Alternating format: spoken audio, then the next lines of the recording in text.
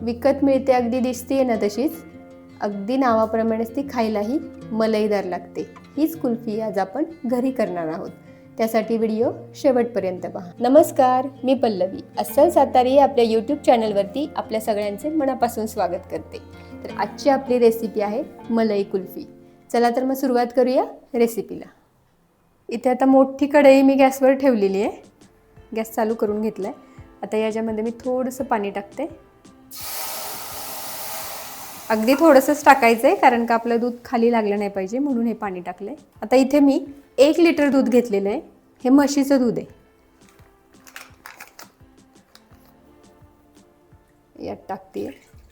आता ह्या पिशवीमध्ये पाणी टाकून हे विसळून घ्यायची नाही आहे. शक्यतो बायकांना सवय असते थोडं का होईना पाणी टाकायचं, कारण का कडेला मलई चिकटलेली असते. पण आज आपल्याला हे दूध आटवायचं आहे, त्याच्यामुळे ह्यात पाणी टाकायचं नाही आहे.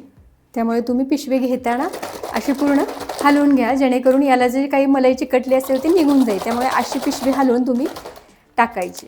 फक्त पिशवी विसळून पाणी टाकून त्यात विसळून टाकू नका. आता तुम्ही पाहू शकता इथे छान उकळी आली दुधाला. गॅस बारीक करते मी. आता यातलं 1 वाटी दूध आपल्याला काढून घ्यायचं आहे.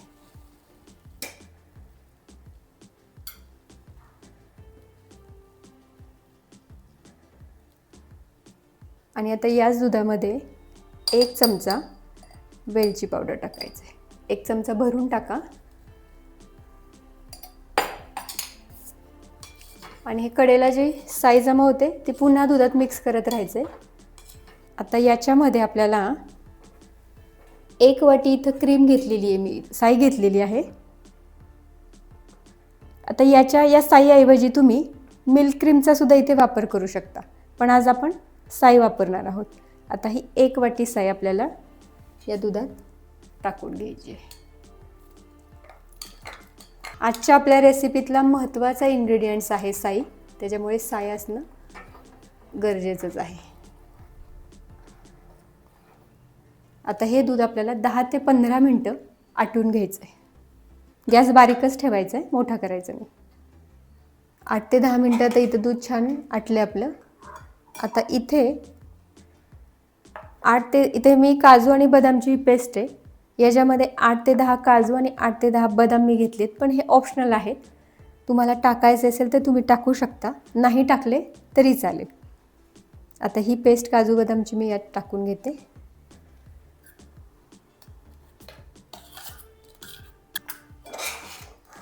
पुन्हा ढवळून घ्यायचं आहे.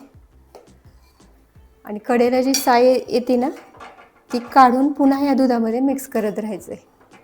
गॅस बारीकच ठेवला आपण. आता पुढे हे मगाशी जे 1 वाटी दूध काढलं होतं आपण, त्यातलं अर्धी वाटी दूध मी पुन्हा दुसऱ्या वाटीमध्ये घेते. आता आपल्याला 1 वाटीमध्ये 2 चमचे कॉर्नफ्लॉवर टाकायचे. हे दूध कोमट झाले, आपण डायरेक्ट टाकलं नाही या दुधामध्ये, कारण गाठी होतील म्हणून कोमट करून घेतले. हे 2 चमचे कॉर्नफ्लॉवर मिक्स करून घेते. या दुधामध्ये 5 चमचे आपल्याला मिल्क पावडर टाकायची. भरून टाका. अशी 5 चमचे मिल्क पावडर अशी दुधामध्ये मिक्स करून घ्या. आता ही मिल्क पावडर मी छान मिक्स करून घेतली आहे मी.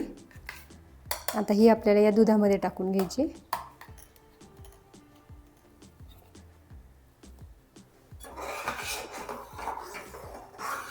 हे दूध पण सतत ढवळत राहायचे, असं ठेवून द्यायचं नाही. 1-2 मिनटं झाले की त्याला हलवत राहायचं. आता याच्यामध्ये आपल्याला हे कॉर्नफ्लॉवर आपण 2 चमचे ॲड केलं होतं ते सुद्धा याच्यामध्ये टाकून घेऊ. आता इथं 1 वाटी साखर घेतली आहे मी. यातली अर्धी साखर आपण कॅरेमलाइज करणार आहे आणि अर्धी साखर आपल्याला दुधात टाकायची. आता ह्यातली अर्धी साखर मी या दुधात टाकते. सुरुवातीला मी टाकली नाही, कारण का दूध पातळ होतं लगेच, त्याच्यामुळे नंतर टाकली. आता ही अर्धी वाटी साखर आहे, ती आपण कॅरेमलाइज करायची. साखर हलवायची नाही आहे, अशीच ठेवायची 1-2 मिनटं. आपोआप कॅरेमलाइज होतं ते. हे बघा, तुम्ही पाहू शकता हे अशा पद्धतीने कॅरेमलाइज होते साखर. आता ते हलवू थोडी असं. सुरुवातीला हलवायची नाही, अशा पद्धतीने कॅरेमलाइज होते. याच्यामुळे काय होतं, कुल्फीला आपले छान कलर येतो आणि चव पण छान लागते. हे बघा, आता हे हळूहळू यात टाकायचे.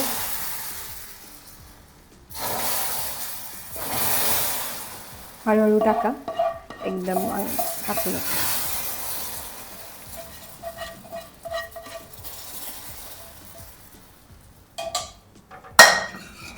हे बघा, तुम्ही पाहू शकता कलर चेंज झाला आहे. हे साखर कॅरेमलाइज केल्यामुळे कलर छान येतो. हे अशा पद्धतीने अजून एक 10 मिनटं आपण हे दूध आटवूयात. हे बघा, एक 10-15 मिनटं झालेली आहेत आपली. हे टाकण्यावरून तुम्हाला लक्षात येईल बराचसा दाटसरपणा याला आलेला आहे.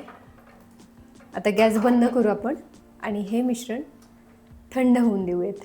आता मिश्रण आपलं इथं थंड झालं आहे. आता हे आपण ह्या मोल्डमध्ये भरून घेणार आहोत. आता इथे माझ्याकडे प्लॅस्टिकचा एक मोल्ड आहे. जर तुमच्याकडे हे नसेल तर तुम्ही असं स्टीलच्या ग्लासमध्ये केलं तरी चालेल किंवा स्टीलचा डबा वापरला तरी चालेल. आता मी ग्लासमध्ये आधी करून दाखवते.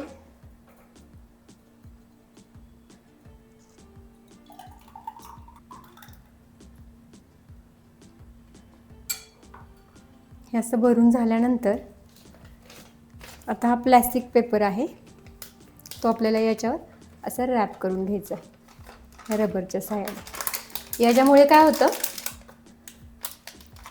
फ्रीजरमध्ये ठेवल्यानंतर डायरेक्ट फ्रीजरमधला गॅस याला लागत नाही आणि इथे वरती बर्फ तयार होत नाही. त्याच्यामुळे हा पेपर कवर करून ठेवायचा.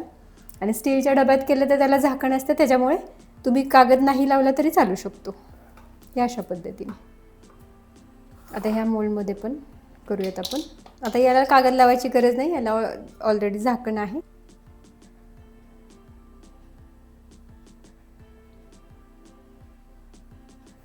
हे अशा प्रकारे पेपर लावून हे रॅप करून घेतलेत ग्लास आपण आणि हे मोल्डमध्ये पण भरून घेतले. आता हे 2 तासासाठी आपल्याला फ्रीजरमध्ये सेट होण्यासाठी ठेवायचं आहे. 2 तासानंतर हे पुन्हा काढायचं, कारण का आपण ह्या स्टिक्स आपण या ग्लासमध्ये लावून घ्यायच्या आणि पूर्ण आईस्क्रीम सेट व्हायला किंवा कुल्फी आपली ही सेट होण्यासाठी 7 ते 8 तास आपल्याला लागतात. आता इथे बघा 2 तास झालेले आहेत. आपण सेट करायला ठेवलं होतं, बऱ्यापैकी सेट झालेली आहे. जास्त पुढं जाऊन द्यायची नाही, कारण का आपल्याला याच्यामध्ये ह्या स्टिक्स आपण घालणार आहोत. खूप जर कडक झालं तर स्टिक्स नंतर लावता येणार नाही. त्यासाठी आता आपण ह्या स्टिक्स याला लावून घेणार आहे. त्यासाठी तुम्हाला एक आयडिया देते. प्लसचं साईन असतं, असं प्लसचं साईन लक्षात ठेवायचं आणि प्रत्येक क्वार्टर पार्टमध्ये असे ह्याचे 4 भाग होणार आणि प्रत्येक क्वार्टर पार्टमध्ये आपल्याला ही स्टिक घालायची. आता इथे चाकू मी थोडासा गरम करून घेतला आहे. अगदी हलक्या हातानं स्टिक जाईन एवढंच होल पडायचे.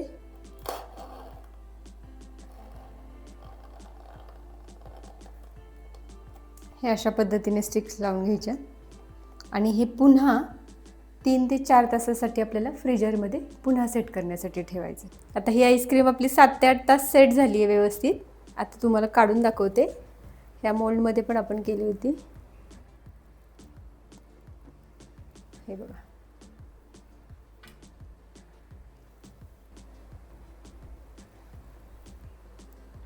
फक्त मोल्ड थोडंसं पाण्यात धरायचं आहे, साध्या पाण्यात आपलं 1-5 मिनटं. आता ही ग्लासातली पण आपण काढून बघूया.